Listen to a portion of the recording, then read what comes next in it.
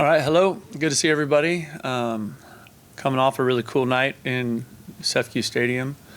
I think it's been really great to see. I know our administration's worked really hard, just kind of working on the game day experience here and what that feels like to come to games here. I think it's night and day compared to what it was when I first started. However long ago that was, and it's really cool. It's awesome to see a lot of fans here, a lot of people enjoying it. It's just all the feedback I get is so positive, which is really, really cool. And then it was awesome that we had a great win. And, those guys from Fresno, Coach Tedford, that staff, we have an incredible amount of respect for them. They've had an awesome program since I've been the head coach here, but they've had an awesome program for 40 years. So that was a really big win for us. I was excited. I thought we had lots of guys making plays. And it was just a special night. It was a great night. So we enjoyed it, that night and, Sunday morning, and then we got on to this next one. And, this is obviously a huge game for our football team. We're playing San Diego State. We have not had success against them in the past. They have been, the top program. They've been 1A or 1B in the entire time I've been in this conference. They've done an incredible job. They're extremely well coached. I know Coach Hoke announced his retirement yesterday or the day before.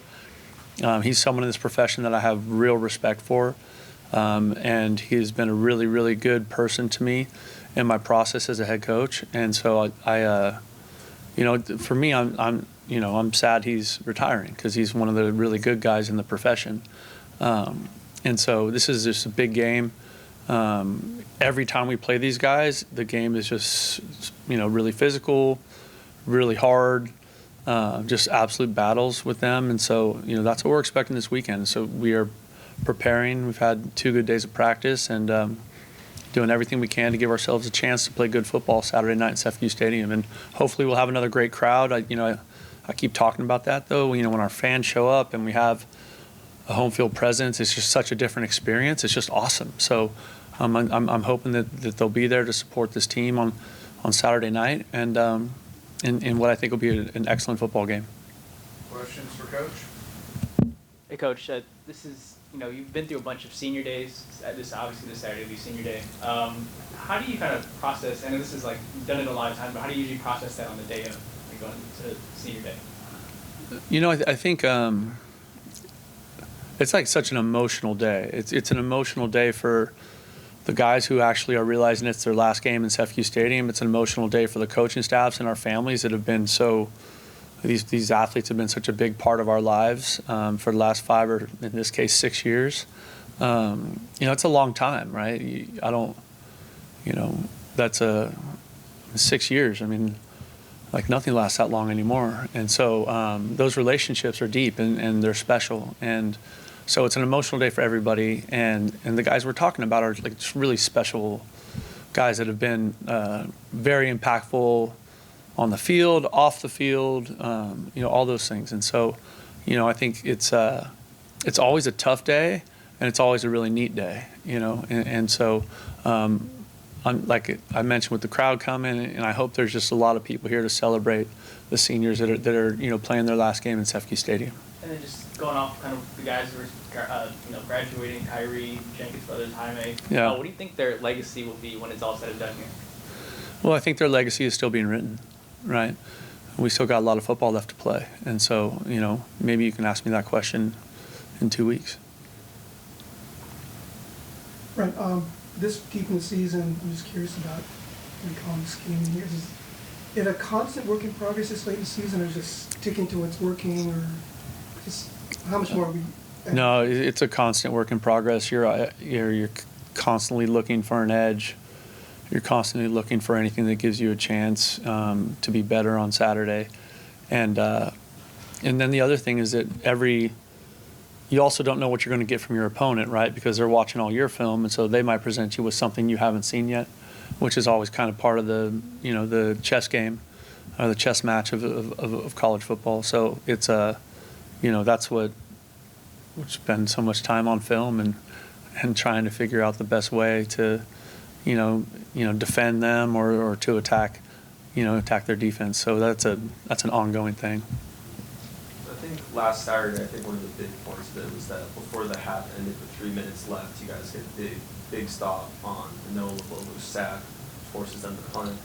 The reason why I say that is because against Toledo, Boise State, and the Air Force, you guys gave up a touchdown within the last minute of the half. Mm-hmm. So is that scheme, is that the defense maturing and just becoming better, or is there kind of no difference between the two? I think sometimes that's just the flow of the football game. You know what I mean? Sometimes you miss a tackle, sometimes there's a penalty. Just it's just the flow of the football game is, it's unpredictable.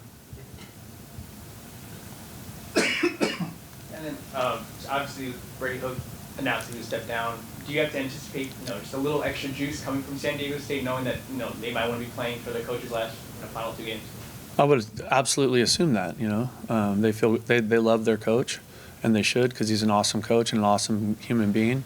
And so I'm absolutely expecting that, and I think we all should. And then the other part of it is that every time we play these guys, it's a hard-fought game. Every time. And the truth is that they've won them all except one. So they've been better than us.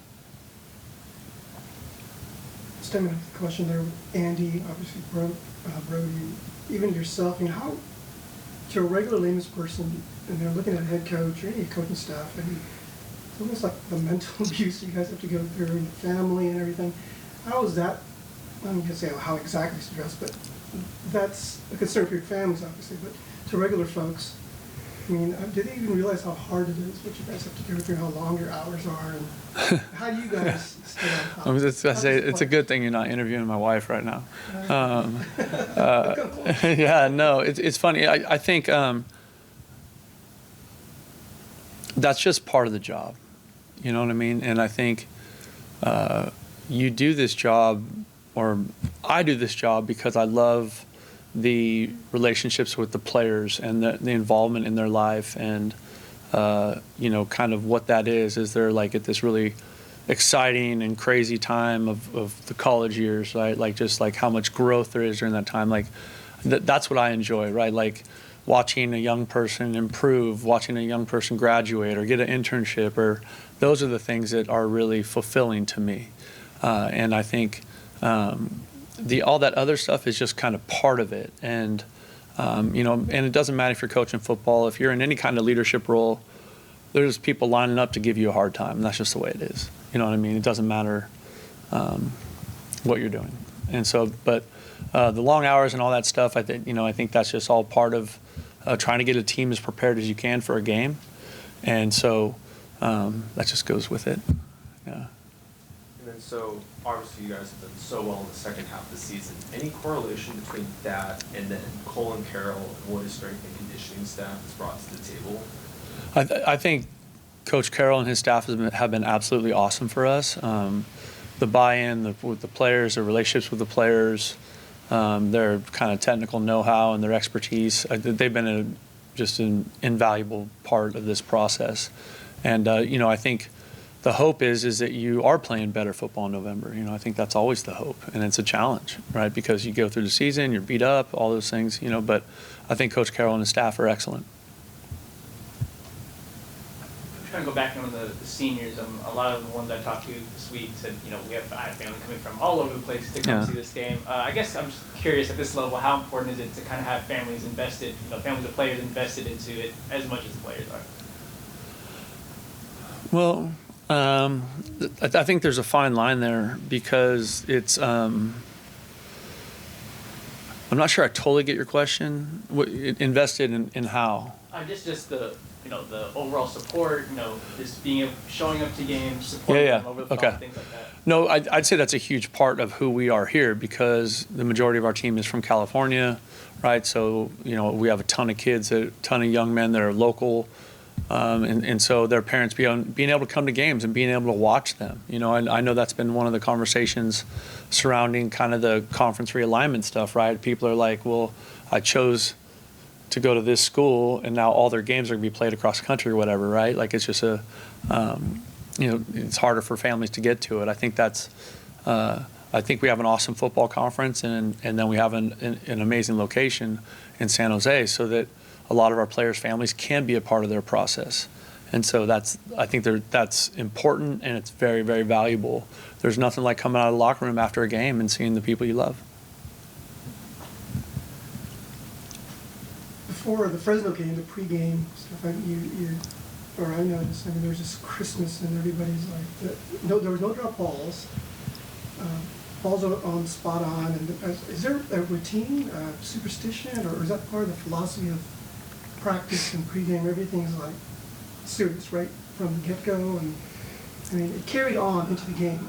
That sort of discipline. I don't know if there's any magic to that. I've been a part of like super good pre-games and then bad games, or super messy pre-games and good games. I don't know that there's always a direct line that way. And then every team is different. Some teams are really, really serious, and some teams are loose. So I think it's probably more necessary for it to be specific to each individual. Just like, how do you best get yourself ready for the game, and then worry about that. You know what I mean? And not, I think after my first year, like, I took music out of the locker room on game day and just said, hey, just listen to your headphones. Like, not everybody likes this or that kind of music. So that might get you excited to play, but someone else might be thinking that's a distraction, right? So how do we best get along? So we just headphones, so stuff like that. But I do think we have a routine pregame, and I think that's part of it, because we're trying to get some timing down with the quarterback and get moving around, get our bodies warmed up. But I don't know that there's always like a direct correlation between pregame and in-game stuff. And then what has just been your perspective of watching Zoe and his relationship with Kyrie just kind of develop ever since his redshirt year to now? Oh, it's awesome. I think, Coach Carter is one of those guys that just has an incredible ability to communicate and relate to young people, and he's been a great person for Kyrie. And, just like all young people, there's always ups and downs in the process, right? Like either bad play or tough class, or, there's just, all that stuff. But I think Coach Carter does a great job just, over communicating with those guys, and, being engaged and involved in their lives. And I think that is what builds that trust, and that builds those really strong bonds between the player and the coach. And then when you have that kind of trust, you can really coach them, and you can really be honest with each other, and, it just strengthens the relationship. So that's been an awesome thing to watch, and it's great to see Kyrie playing his best football at this stage in his career. So how is that process? Like, what is it like for you to watch Kyrie? That's kind of the goal, right? To have him, like, play the best football as you're kind of on your way out. What has it been like to see that?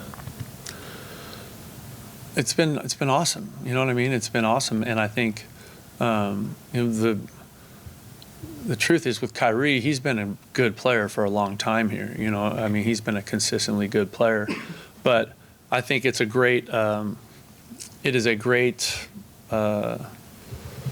representation of, like, doing stuff the right way and working really, really hard, and that hard work works, because Kyrie is someone that you see in the football facility, the training room, or the weight room almost every single day of the year. Like, he's that committed to it. And normally when there's a level of that kind of commitment, you end up having really good production on the field, right? Like, Fehoko was like that. Cade Hall was like that. Kyle Harmon was like that. You know what I mean? That's that super high level commitment, generally results in good performance. Triple question, man. You're monopolizing this thing. I'll go around. I'll show you. I'm just kidding. Go ahead, man. Go ahead. Go ahead. Okay. If this, then that. Okay. So on top of the senior day as well, just watching how this team has been able to do so well at the end, when you don't have the Fehokos, when you don't have the Cade Halls, the guys, and the Kyle Harmons, the guys have been there for so long with that leadership. How do I feel about that? Or I think the reality is that every college football team is different season to season. Really? Yeah.